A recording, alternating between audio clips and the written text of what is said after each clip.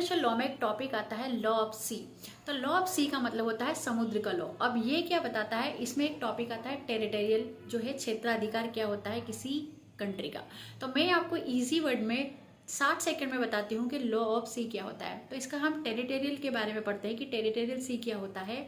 तो ये वो एरिया होता है किसी कंट्री के बेस लाइन से जहाँ तक जो है उस कंट्री का जो कोस्टल स्टेट है उसका जो है सोवरेंटी जो है चलता है। अब इसको इजी वर्ड में मैं समझाती हूँ। तो हे एवरीवन, मेरा नाम है डॉक्टर सोना और आप देख रहे हैं बेसिक लॉ विद सोना।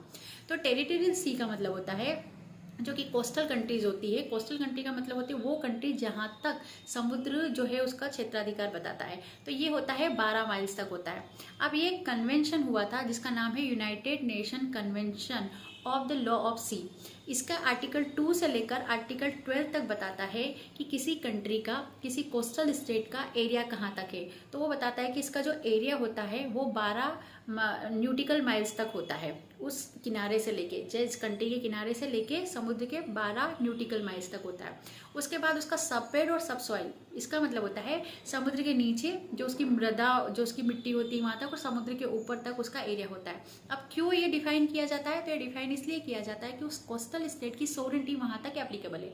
मतलब जब हम बात करते हैं कि किसी कंट्री की टेरिटोरियल कहाँ तक डिफाइन है, तो वहाँ तक डिफाइन है जहाँ तक समुद्र है, समुद्र के ऊपर, समुद्र के नीचे तक। अब यहाँ पर क्या होता है कि कोई भी कंट्री जो है इतने माइल्स तक इसकी सोवरेंटी को वायलेट नहीं कर सकती।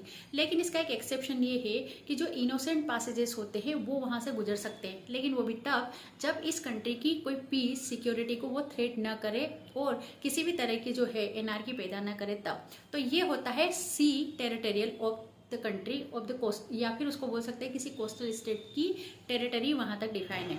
तो इसी तरह के इंटरनेशनल लॉ है, उसके और टॉपिक को जानने के लिए do below comment, like, share and subscribe. Bye bye.